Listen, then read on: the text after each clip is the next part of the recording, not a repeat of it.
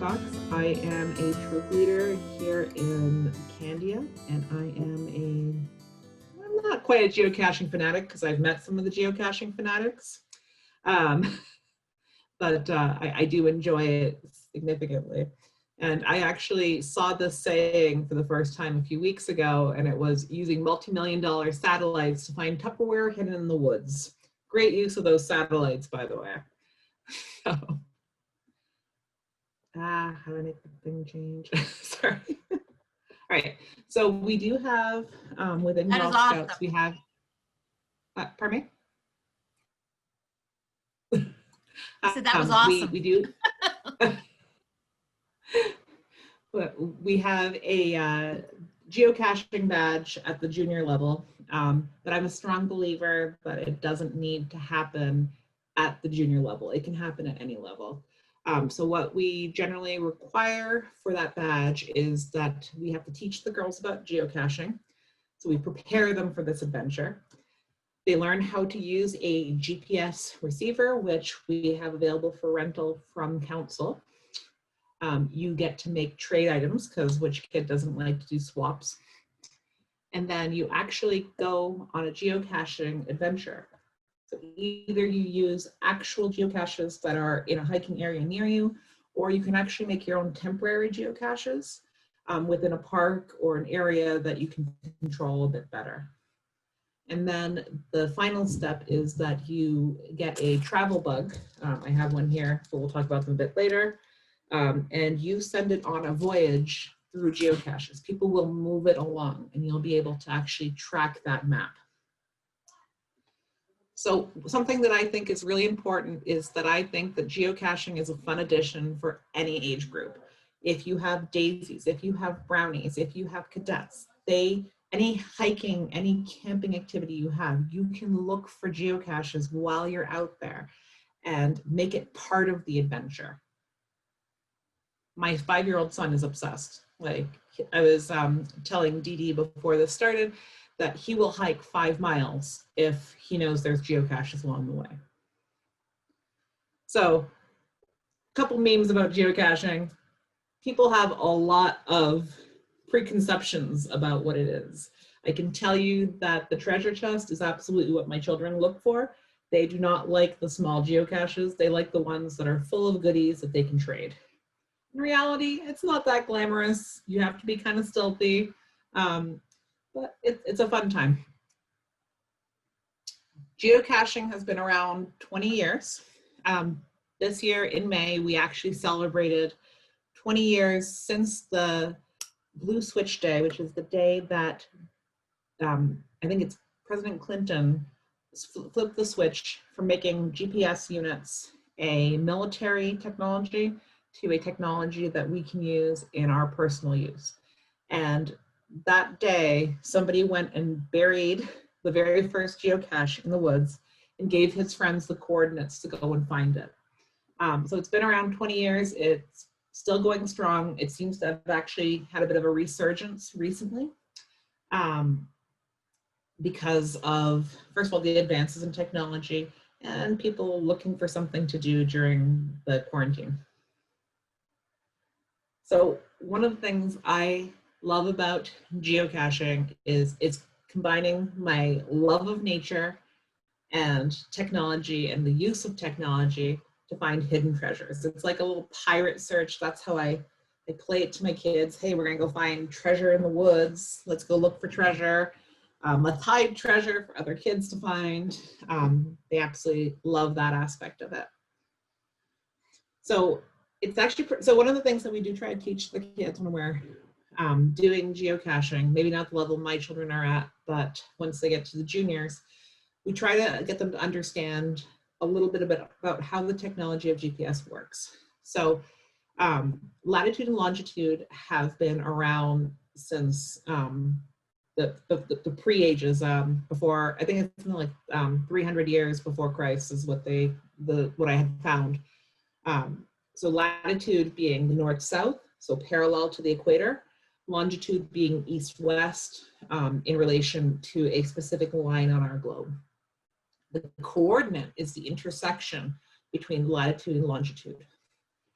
We have on the planet, we have 30 global positioning satellites in orbit. So they're basically covering the entire globe with those 30 satellites. They have very specific orbits that the software is able to computate how the lines of those orbits are intersecting. So the trilateration is how it calculates where you're located through the arc of that signal the satellite is sending off. You usually need at minimum 3 satellites. If you have a 4th satellite, it actually helps you with altitude. But minimum is 3 satellites. So what you need for geocaching. It's actually a relatively simple activity, especially with the advent of smartphones. So you really need your backpack because you're going to be out hiking, out in adventure, nature. At minimum, you need to bring some sort of writing implement, especially some of the geocaches are very small, so they don't have room to hold the pen. If you want to trade items, you want to bring swaps. And then you need some sort of GPS unit, whether it be a standalone GPS unit or a cell phone. I used to do the standalone GPS unit when I first started doing geocaching back in 2011. It was bulky, it was difficult, it took a lot of time. I was carrying all these extra papers with me. Now I do most of my geocaching with my cell phone on the app, which is significantly easier. Miriam, is it a specific app for geocaching or a GPS app? It is a specific app for geocaching. Okay, great. You literally just search for geocaching in the App Store. There are additional apps you can purchase that have additional features, but the basic app that Groundspeak, which is the company that hosts the geocaching website, they basically give you full access to everything that is available on the website within the cell phone app. So I went from back in 2011, getting maybe 30, with my traditional GPS unit to last year and this year, I've done over 300 both years, just because it's so much more motivating. It lets me go and explore different nature areas, and I'll make special trips and go, hey, I'll go check out this state park that I never considered. And I found a lot of conservation areas near us because of the geocaching map. So this is the main geocaching website. This is where you would go and create your account to be able to find geocaches and log them. Like I said, you can also do it on the app. I actually had a lot of stuff about how to use the app, and then I realized that I had titled this Geocaching 101, so I simplified my presentation a little bit. If anyone ever has questions on how to use the app, I am happy to work with them and meet up with them and teach them how to do it.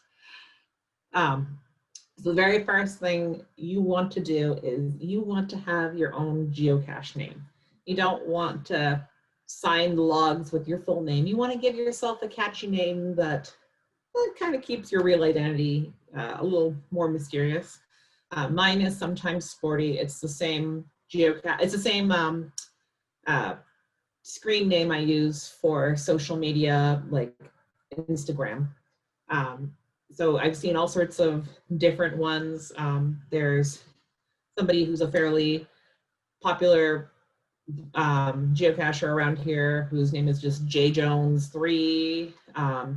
We have the Hansen family. Like there's a princess spelt with a 3 instead of an E. So you come up with your own. It's like your little trail name, right? It has to be unique to the website, obviously. So through that website, you would find geocaches in your area. This is the geocaches that are relatively close to my house.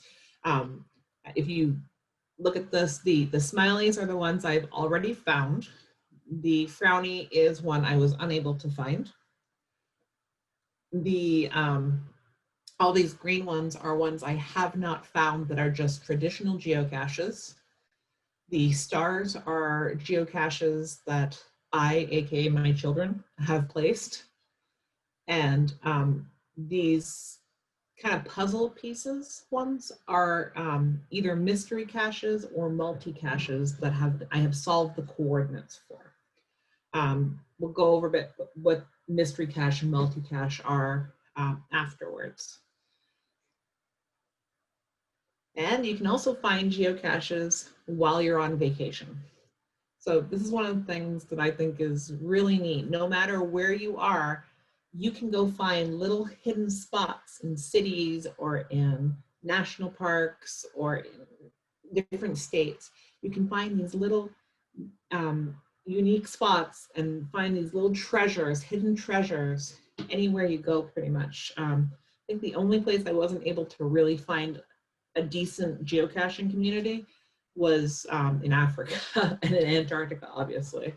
But it's very prevalent in well-populated areas. So there is a different level in membership that you can have within the website.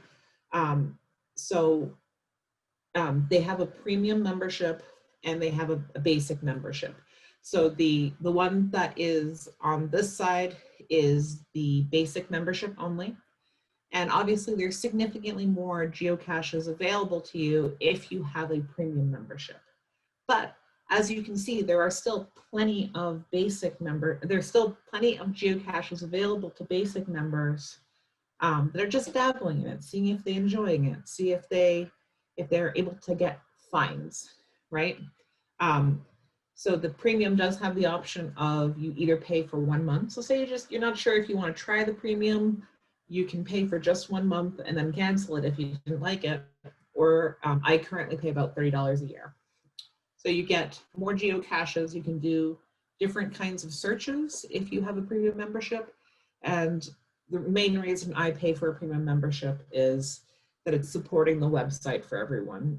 The website is not heavily advertised, like there's not a lot of advertising, there's not a lot of, I'm not worried about my kid coming on and seeing giant ad pop up for a Tonka truck or something.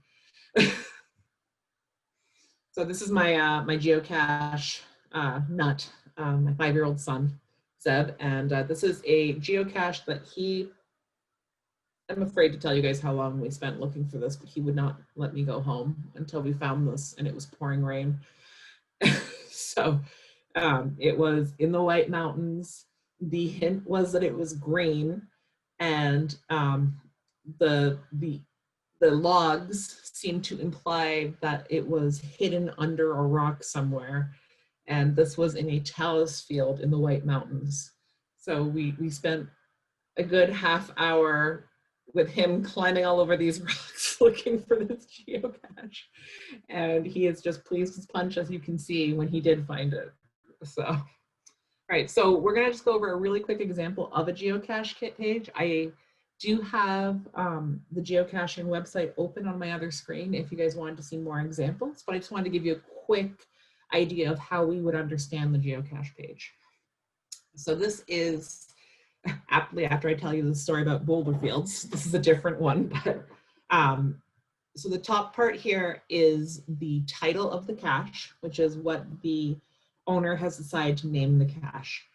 Sometimes it can actually have hints within it, just based on the description. For example, one of my son's geocaches is called Underworld, and he put it under a tree, like in the base of a tree. So the icon here tells you what kind of geocache it is. This number over here with GC is the geocache number. So if you have to reference it somewhere else, or you want to log it somehow by hand because your phone's not collecting service or whatever. The difficulty and terrain are here. So obviously if you're just starting out, you may want to start with a lower difficulty and terrain rating.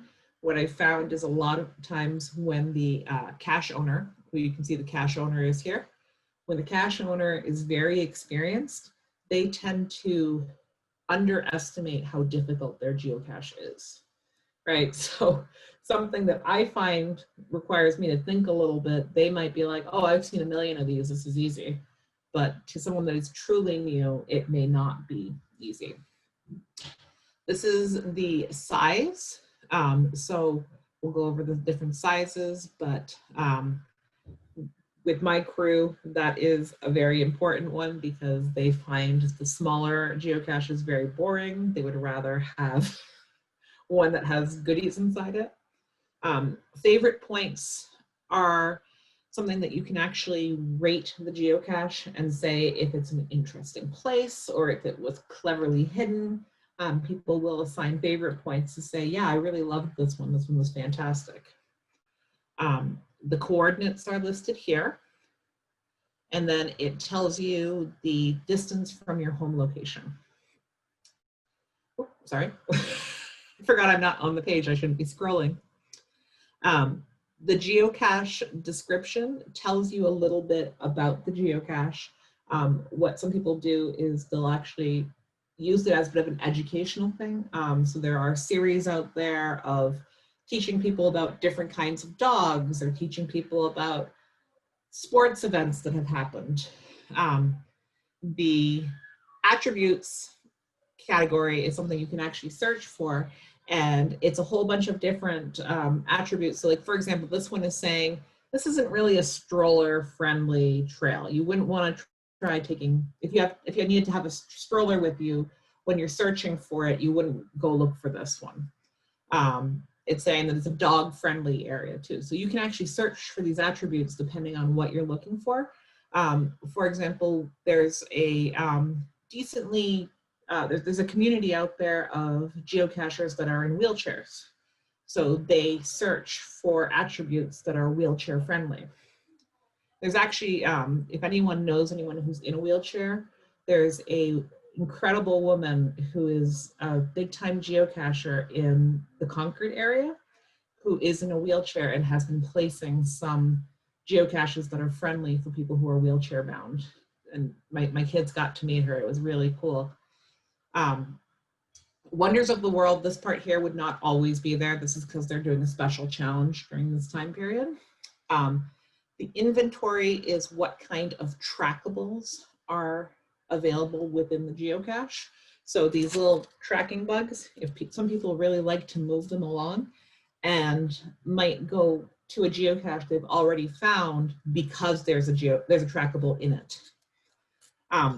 There's also sometimes bookmark lists because people will have specific challenges like, okay, any geocache that has the word boulder in it, right? So you would potentially be put on a bookmark list of anything with a boulder, and you can make your own bookmark list. In this particular case, this geocache is located in Pawtuckaway State Park. Pawtuckaway State Park has terrible cell phone reception. So I actually download the geocaches to my phone before I go there. Further down below, you end up with your, like a map of where it is, which this being Pawtuckaway is woods. And then it tells you people who've logged the visits, how many have found it, how many have not found it. Before giving up, before sitting there going, oh my goodness, why can't I find this? I would check to make sure there hasn't been multiple people that have said, I can't find it, because sometimes the geocache is just missing. People steal them or walk off with them, especially in this recent time when people are relatively new or going out there. There have been some instances where people think that they're supposed to go out, retrieve it, and take it home with them.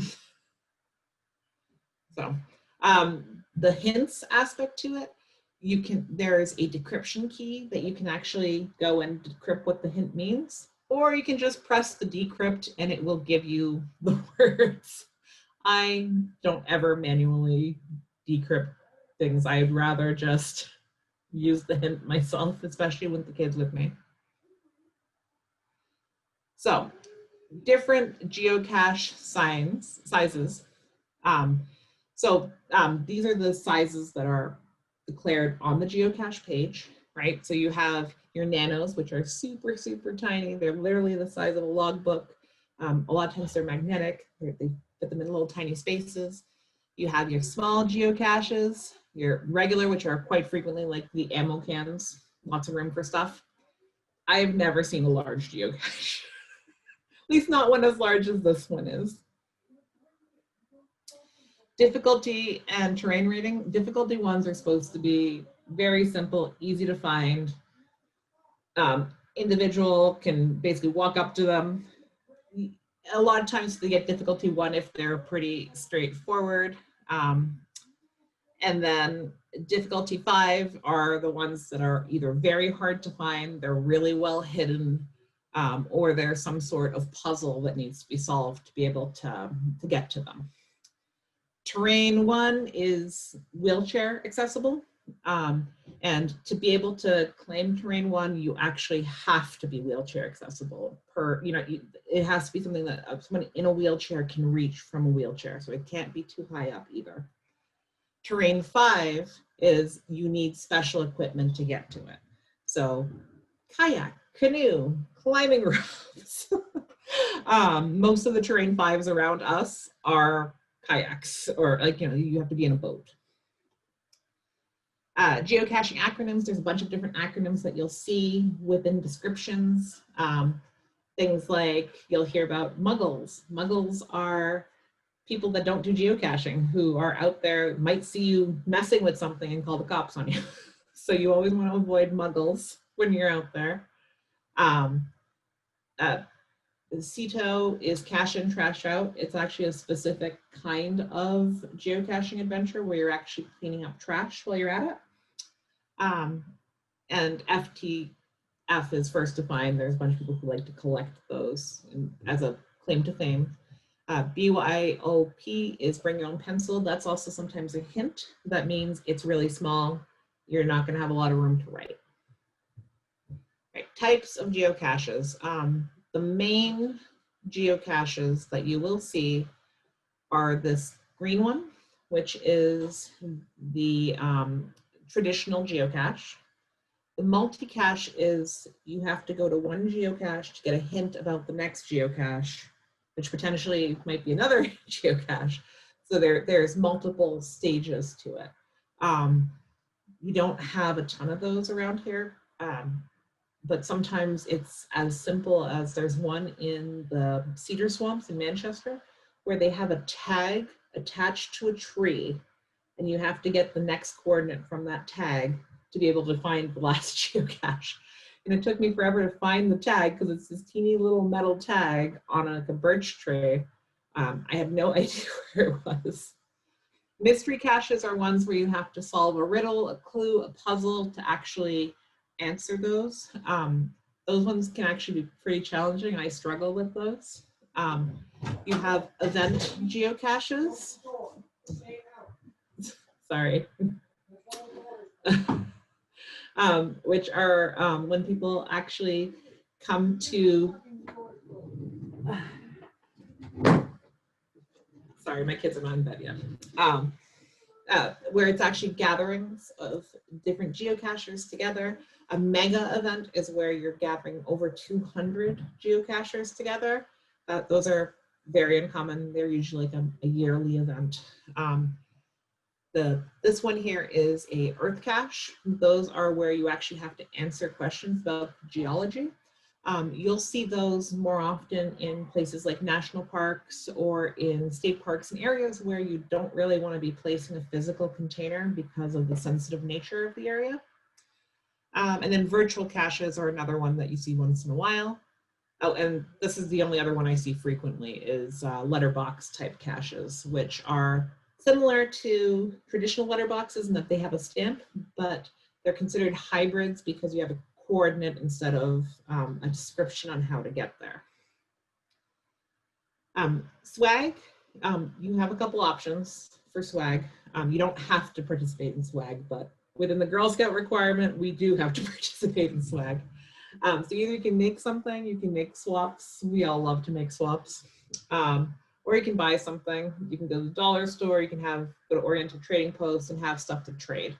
The big thing is that if you take something, you need to leave something behind. My children have a really hard time with that. It's called raiding the cache if you take something without putting something back in. And my kids are always so devastated when they get to a geocache and it's empty that now my son is making me bring stuff in case we have to leave extra things for the next kid. All right, and then so we were talking about trackables. So trackables are items, geocaches that are not intended to be kept. They're intended to travel from geocache to geocache. I don't have one personally that has gone as far as the one I'm using as an example. This is one that I held on to for a few months. But as you can see, it traveled a bit. I've had one in the past, but I couldn't remember where it was, that has actually been to 4 continents. And so you can actually see the travels of this geocache. Obviously, crossing the ocean is very uncommon right now. So you'll see like travel bugs, geocoins, trackable stickers. A lot of geocachers will have a sticker on their car that you can actually say, oh yeah, I found this. So you can either move them along, and you can pick them up and say, I'm taking this with me, or you can just say, I found this. So you can, basically you would track it, you would say, okay, is it there? Then you would actually have to put in the tracking code that's on the geocache itself, or not the geocache, my goodness, the trackable itself. It's been a very long day. You'd have to put the code that is on the trackable itself. So I don't know if you guys can see that on your screen. There's a little tiny code there. So that code is proof that you have found that trackable. And then what I always like to do is tell a little story about how I found it, where it was, just so the owner can get more of a sense of it. If you just move it along, like you can just move it along so it tracks the map, but especially if you ever find one that's the trackable of a group of Girl Scouts and Boy Scouts, try to make sure you help them with as much enjoyment as they can. And you can either leave a trackable behind, or you can just visit it. So if you had a trackable in your hand and you said, hey, I'm gonna stop by, but I don't wanna leave this one here. I don't feel like it's a safe place. You could just visit, and then it shows a point on the map. So this is my son again. This is a series up in the White Mountains where it's all little tiny treasure chests. And he thought that was really cool. We never actually got to find, if you found all 8, it gave you clues to find the big geocache, and we never got around to finding all 8. One of them is missing. He's very upset about this. So you can actually create your own geocaches and put them out there. The minimum requirement is that you've found at least 20 geocaches before, and that you understand that you're going to place them a minimum of 0.1 miles from any other geocaches. You have to have permission from the landowner. So I have a bunch of emails to Conservation Commission people around me lately to try to place more. And you cannot bury them. They have to be available above ground. You can bury them in like leaves and stuff, but they can't be underground. And then one other thing, because I was looking at the suggested list of items of things that could meet some of the Girl Scout requirements. And there's this thing called geocaching events. As you can see, we don't have very many right now. We have very, very limited ones. But a geocaching event is where geocachers will come in and talk amongst themselves about geocaching. So you could actually go and meet other geocachers and ask for advice in person. Like say, hey, I'm really struggling with finding geocaches in this area. Do you have any clues to tell me, And then you can also create your own event to have geocachers come together. And one of the things I think is actually somewhat interesting from a Girl Scout standpoint is if you wanted to do a big cleanup project, you could actually create a cache in, trash out event, which is an event where geocachers would come and help you clean up an area while they're doing their geocaching. So, and then so this is my final slide before I let you guys go into questions. So basically on geocaching, I am sometimes sporty. This is my email address. Feel free to reach out to me. I'm more than happy to help with questions. I can give you a couple examples of some. I wonder if I have any pictures handy. I was going to include some pictures of common geocache placements, and apparently it just slipped my mind when I actually did the work. So see if I can find some that are handy. But does anyone have any questions while I'm looking to see if I can? I mean, I just dumped a ton of information. This is very much the tip of the iceberg in terms of geocaching. I want to say this was fabulous. I thought it was very good. I've done the geocaching and used the website. It does look like it has changed somewhat. It's been a number of years since I've done it, number of years. Although some of the stuff is still the same. Well, so, you know, as I mentioned before, like, I did not find it that engaging when I was first doing this, but since they've done it on the phone, it makes it much easier to be like, hey, I happen to be in Pawtuckaway today. My kids wanted to go hike the fire tower. I wonder if there's any geocaches around. And you can kind of just incorporate it with your normal family hikes. Let me just. That's a fabulous point, because that was some of the, all right, got to get the GPS out, and should we preload the record, you know, the lat launch, you know, all that stuff. But you're right, it makes it so much easier. What did I just do? What I wanted to show you is one of the things that I find absolutely fun about the geocaching thing. Let me just make sure there's no filter on right now. Yeah, it has the basic filter. One of the things that, especially with this pandemic, I live very close to Bear Brook and Pawtuckaway State Park, and those state parks were being absolutely overrun during the pandemic, and I did not feel safe taking my children hiking somewhere where there was a lot of outsiders. So one of the things that was absolutely essential with this geocaching website is that we were able to find conservation areas that we didn't even know existed. Yeah. Like, so this area right here is a beautiful conservation area owned by the Society of Protection of Forests in New Hampshire, but it doesn't show up on any maps. As you can see, there's no trail map that shows up. And we went in there and it was absolutely wonderful, just beautiful trail, nice and wide, easy footing. And it helped us discover so many new hiking areas. Like, as you see, we never even finished that area. There's a lot of geocaches along rail trails to be nice, you know, easy walks. I do a lot of what's called bike geocaching on the rail trails. So I will take my bicycle and ride my bicycle in between geocaches, holding my receiver in my hand while I'm biking. Of course, that's not the safest thing, but you know, you can actually go from cache to cache that way instead of always having to do it by your feet. You will find geocaches in urban areas as well. Something that's relatively common is under lampposts. You know how there's those little skirts at the base of a lamppost? Quite frequently, you can lift those skirts and there'll be a geocache underneath there. There's also something that's pretty common called a guardrail cache, which is where they actually will put the geocache in the end of a guardrail.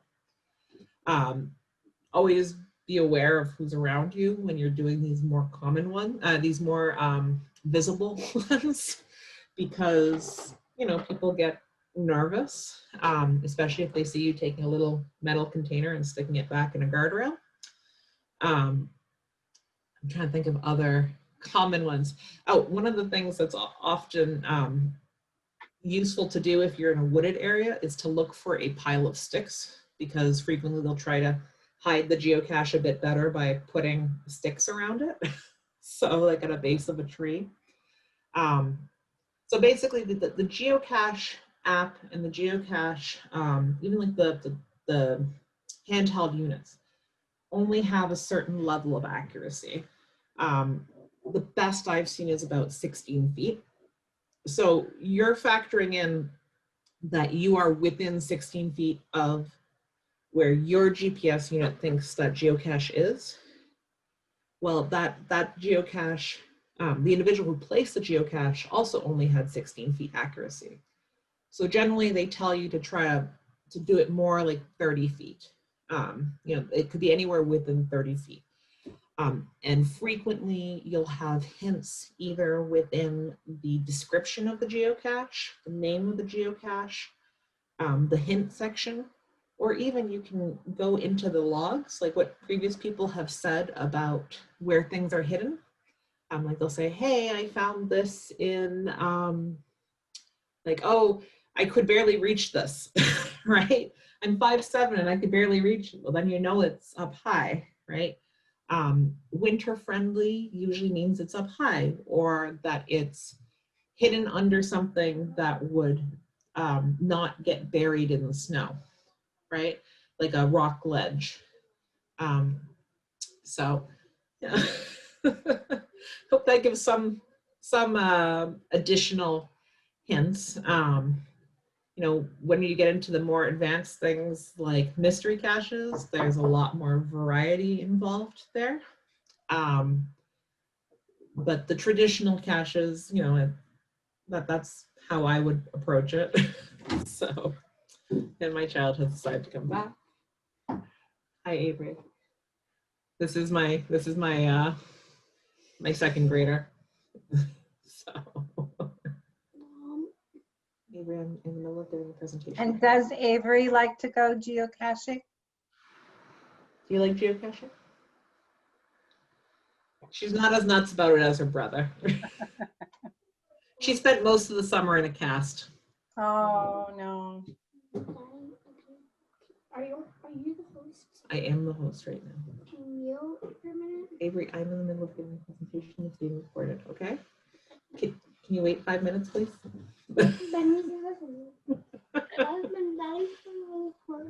It's Girl Scout. Ever since I was a kid, he's been really hard on me. He's been yelling at me for way too long. Yeah, all right. So. Thank you very much. I enjoyed it thoroughly. This is very interesting. Yeah, and hopefully when we do Farnsworth again, I'll actually be able to have different geocache containers with me and, you know, demonstrate like, you know, how the, how everything gets done. You know, we can hide stuff, we can do a mystery cache, you know. That'd be good. So we used to do letterboxing, and we would go out into the community right around Farnsworth and find letterboxes. And there's also a hill there. I can't remember the name of the hill, but we hiked up that. And while we were up there finding the letterbox, my daughter and I found it was a micro one. It was hanging in it, like in a tree, sticking off the edge of the mountain or whatever. It was crazy. But yeah, and there was I think there was one like on a covered bridge that was there. So there's some of the surrounding community too. The geocache on the covered bridge near Farnsworth is so hard. Yeah. Don't tell. Don't tell. So, I had such a hard time with that one. It's actually the covered bridge geocache is its own beast because the geocache receiver is not accurate within the covered bridge itself. All so right. you're like on the covered bridge trying to find a geocache, and like cars are driving by you. And there was one in the state park that's down in Thetford. Yeah. I think that's where was the other place we went to find one. It was in a tree. I find that there's so few of them near Kettleford. Yeah. I was actually really sad. I love that idea of, you know, putting them on the the property and then sending people out for them. At least then you can experience it and try it out. And Yeah. Yeah, and what I figured I would have done is I would have given it people the coordinates and said, hey, you can borrow, you know, a GPS receiver, and basically let them do it in their free time, and then have a container in a specific location where it was like the grand finale prize or whatever. yeah, that sounds But basically let people do it on their own time, like when they have downtime. And also I would let them explore the camp a bit more. right. I actually never made it to the tree houses last time I was there, right? Like, Yeah. if I had had a geocache, I would have been like, oh, I should probably go check that out if I want to find the grand prize. And You know? there are sites even further than the tree houses. Oh yeah. Right. Well, and that's the thing is that there's absolutely beautiful trails, absolutely beautiful places that I've discovered only because I was looking for the geocache. I And would now agree, it's yes. I think that's a great point when you do the when they do the workshops is that exactly. I mean, I know my daughter and I just different places. She was going to RIT, so when when we out in Rochester, New York, and we went in downtown Rochester and we found things down there. And we hit different things in the city that we normally wouldn't have gone and looked at because of that. And on the campus, just like you said, those street light or parking lot lights or whatever, it was exactly that. You lifted up the bottom and they were in there. That was cool that you said that. I was like, oh, I never even knew those lifted, but yeah, they were there. well, and it's funny because those ones are, because they're so common, once you've found a few of them, yeah, you know they're there. Yeah. But if you're a brand new geocacher and saying it's a level 1, you have no idea those lift, you know, and half the people who have been doing geocaching forever are like, oh, this one's easy. I'm just going to put it as a level 1 because it's reachable by a wheelchair and it's a difficulty 1. And if you're brand new, you don't know that you're even allowed to lift those up. You know? Right. So, That's what I think- surprised me when you said it. I was like, oh, hey, there was one there. So I that think was 10 years ago out on the RIT campus, and there was several on the campus. And so I looked up a couple of other colleges, and yeah, they have some on the campus. You know that. So one of the things I do find is that if you're in an urban area, they are harder to keep in place. They're more likely to disappear. Yeah. Like some of the ones that have been out in the woods have been out there for 20 years. You know, there's the first one that was ever placed in New Hampshire was placed in Mines Falls, and it is still active. I think they've replaced the container a few times, but it is still active. That is very cool. So, Very cool. yeah. I can't believe the number of them that's showing up there on the map. It's incredible. And it's, Yeah, and this is a rail trail right here. Yeah. This is a conservation area in Newbury that, you know, that is just absolutely full. Like, and these are all, you know, is spaced at least 0.1 miles apart. Pawtuckaway is the one that's most impressive though, because It's huge. That's it's huge, and it is a geocaching mecca. And they've been inactivating some lately to make room for new ones. Wow, that's I incredible. don't know. I guess it decided to not work anymore. well, that was good. But yeah, so there is a lot available. It's a good excuse to just get the kids out in the woods. The biggest thing, if you're taking kids, is to search for the size or to search for kid friendly. There's an attribute for kid friendly. My children have been placing a bunch recently. So I do hope to eventually have a geocaching event. I'm just trying, like, I think I'll probably wait to make a real, I wanted to make a council-wide geocaching event at some point. That would be awesome. But right now I don't want to do it with COVID. I'm very cognizant of keeping my kids within the community. So Very cool. yeah, so hopefully this was helpful. Feel free to reach out to me if there's any questions or comments. things that you think I should Thank change you. in this slide deck. Can I ask you a question? Absolutely. So my friend at work has been doing this for I don't even know how many years, and like he'll just like run out at lunch and be like, "All right, I'll be back in an hour." And I'm like, "Where you going?" He's like, "I'm just going out to Geocache." And we work on Peas in Portsmouth, so he's always gone, and he's like, "Wow, that was great," blah blah blah. So finally today, I'm like, "Guess what I'm doing? I'm taking a class on geocaching." And he's like, "Blah blah blah blah blah blah blah blah blah blah." I'm like, "Okay, just hang on a second, please. This is brand new to me." But one of the things that he mentioned is the difference between using the app on your phone versus using the website. And he's like, if you are going to be trying to plan something with the girls for the Girl Scouts, is probably map it out on your computer first to like get a good sense of like how many could be close together in certain areas, rather than just saying, "Hey, let's go for a ride," and use your phone. Is that something that is true? Like to use this like on the computer first? So I do a lot of pre-planning. So say I'm saying, I want to go geocaching today. I will usually use my computer. So this is actually the area near where you were saying you work. And I will pre-check. So I'll do, so for example, if I want to take my 5-year-old, as I've mentioned, he is nuts about it, but he's very specific about what he's looking for. So I will actually go through and say, okay, I want to make sure that there are no micro containers in there. Sometimes I'll actually add a search. I don't want virtual, I don't want webcam. So you could do Don't want a search multi. exactly what you're looking for. Like, can you even search for kid-friendly ones on there? Yes, so you can actually go into the attributes down here. So you see, can you guys see the attributes? Yeah. Yes. So this is the kid-friendly attribute. Dog. And I could do dog too, yeah, because I frequently bring my dogs. But do keep in mind that just because it doesn't say that it's dog or kid-friendly, that it's not, right? But if you're just trying to start out, yes, you may want to look for that.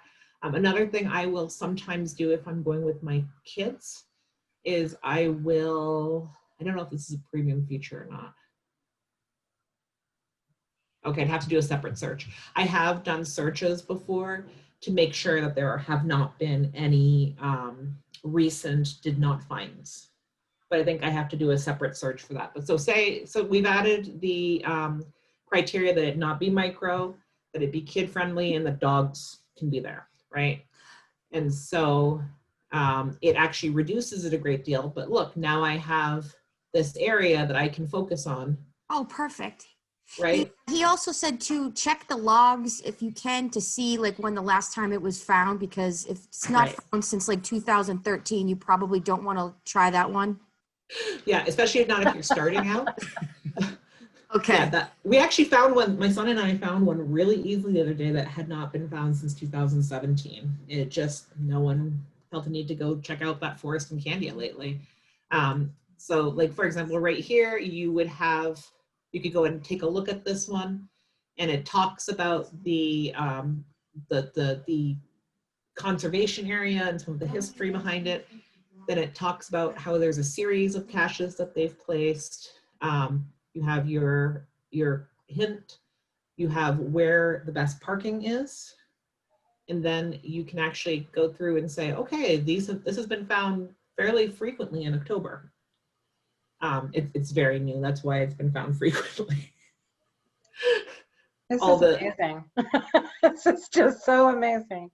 Yeah, and it makes a huge difference to be able to kind of like, if you're not finding it, kind of go back and look and say, okay, has anyone found it recently? Is there any little hints put in there? Sometimes people will put images. Most of the people who are on this list right now, I recognize as being the people who have like 20,000 finds. So they tend to be very stingy about hints.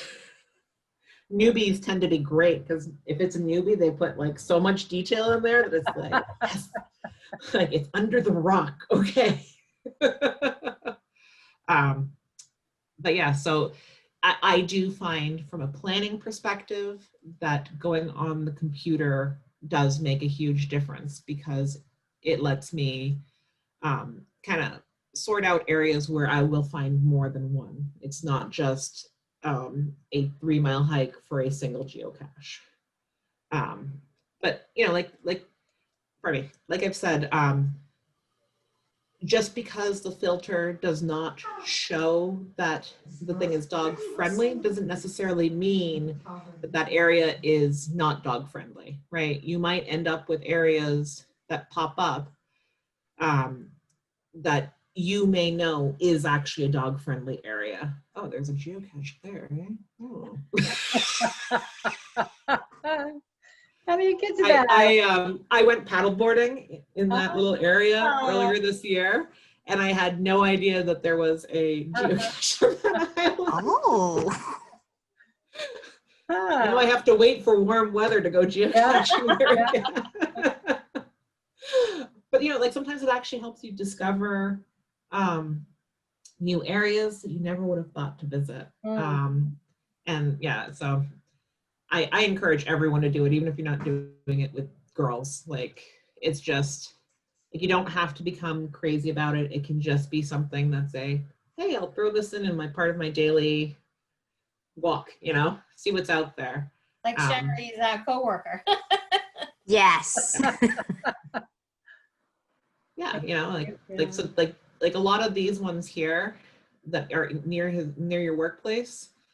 Well, a few of them look like they're in the woods, but a lot of them are probably guardrail caches or lamppost caches. A few of them are in the woods. I don't know Peace that well, so I haven't. Obviously, as you see, there are no smiley faces there. So. What's the smiley face again? That I found them. Smiley faces, I found them. You found it, yeah. Oh, Yeah. you Sad have face, you couldn't find it. Yeah. So why am I not getting everything? Reset. There we go. Yeah, and it's funny because sometimes I discover rail trails that I didn't know existed. Whenever you see a straight line like this, it's almost guaranteed to be a rail trail. Right? Like just an old right of way, may not be a developed rail trail yet, but is a flat, you know. Well, I love the one on the other side where it's in a circle. Yeah, you were there. Right there. Oh, yeah, right there. Yeah. So that's that you can't get there from here. Oh yeah. I can't cross that water apparently. Yeah, so it's fun. I did not find that either, my goodness. I was off my game that day. That's where I parked to go paddleboarding. So it's probably right next to one. When I'm with my son, like we were at Odeon Point one day and we're just walking and I wasn't planning on geocaching that day. And he goes, there's a geocache right there. And it was like, right there. I was just like, how did you see this? Like, so I've never been able to do this particular one because you actually have to hit it at low tide. Oh. So, that's interesting. Yeah, because it's an earth cache and you have to find one of the pieces of the drowned forest and report back on what the largest one is or something. So I've never been there when the tide is low enough to see the drowned forest. So super cool. Yeah. And I think that pretty much all New Hampshire state parks allow geocaching in them. So if you have a New Hampshire state, I don't know about Vermont. I don't know if anyone joining us is from Vermont. But if you have a New Hampshire state park near you and you want to place a geocache, there is a, you already basically have pre-permission to do so. You don't have to contact the local land manager. I'm blown away by Pawtuckaway. That is amazing. Yeah. Yeah. Yeah. Pawtuckaway scares me sometimes though, because Pawtuckaway has so many good places to hide, but if you're not paying attention to the kids, there are a lot of geocaches in Pawtuckaway that are partially on cliffs. Oh yeah, right. So if you have someone very persistent like my son, and you go, we're not finding it and we're kind of close to this cliff, like let's stop. He will insist on climbing down the cliff to go find it. So yeah, I don't like that. That's why there's not a lot of fines for me in Pawtuckaway, actually, is because I don't feel it's a safe place to take him. This side is newly developed. I may take him over here. But this side here, there are some scary ones. Like there was one where I literally was like, is this really a 4.5 or should I be doing a 5 right now? Like, Wow. so yeah, but it's very interesting. Like there, we went and checked out this area here, which I always thought was part of Pawtuckaway, but it's a different state forest. It's a different, I think it's part of Society of Protection of Forests, this piece here. I always thought it was just part of Pawtuckaway, but it's a separate entity and it doesn't actually connect to the trails in Pawtuckaway. So I never would have known it was there. Does anyone else have any further questions? I'm happy to show you guys some of the, I have done one webcam cache. I will show you guys that one just because it's the only one I know of in New Hampshire. So a webcam cache, hopefully everyone's not like, okay, Miriam, we're bored. No, not at all. So a webcam cache, it's very unusual. It is a geocache where you have to either trigger a webcam or get a screenshot of yourself on the webcam that is posted on their website. So it's the only one I've ever heard of in New Hampshire, but it is on top of our biggest monolith. And apparently it's not happy about having to look up north today. So there's a webcam cache at the top of Mount Washington. Obviously the top of Mount Washington is not a good area for physical geocaches because you really don't want people running around that talus field trying to find objects in between. But there is a virtual geocache up there. Whoops. She froze. Come back. Uh-oh. Oh, there she is. Apparently I kicked myself off. You're still there. You're off your map though, Yeah. but you're still with us. Well, oh my gosh, this was so wonderful. I think I will be, contacting you again to give me more information. Yeah, and if anyone has a troop that is gung-ho to go do this, I am always happy to make a special trip and have my son tell everyone about this. Oh, That would be great. That's awesome. thank All you, right. Miriam. Yeah, thank you so much. It was so informative. It was great. Thank you. Yes, thank Yeah, you. thank you. I agree. I learned a lot that I didn't know about geocaching. I thought it was great. Thank you. I was Yeah. worried I was rambling on a bit. I was going to make it more interactive, and I was like, I don't know. No, you're not It was good. good. You're on the presentation. You're great. Yeah, yeah. Spikes our interest. And we'll be getting a hold of you next year for Farnsworth. Yeah. Yeah, we are definitely. I cannot wait to do the Farnsworth thing. I had so many plans. I was so excited. Yay. I was going to incorporate every different type I could think of. All right. You all have a good night. All right. Too. Thank you so much. Thank you. Thank you. Okay.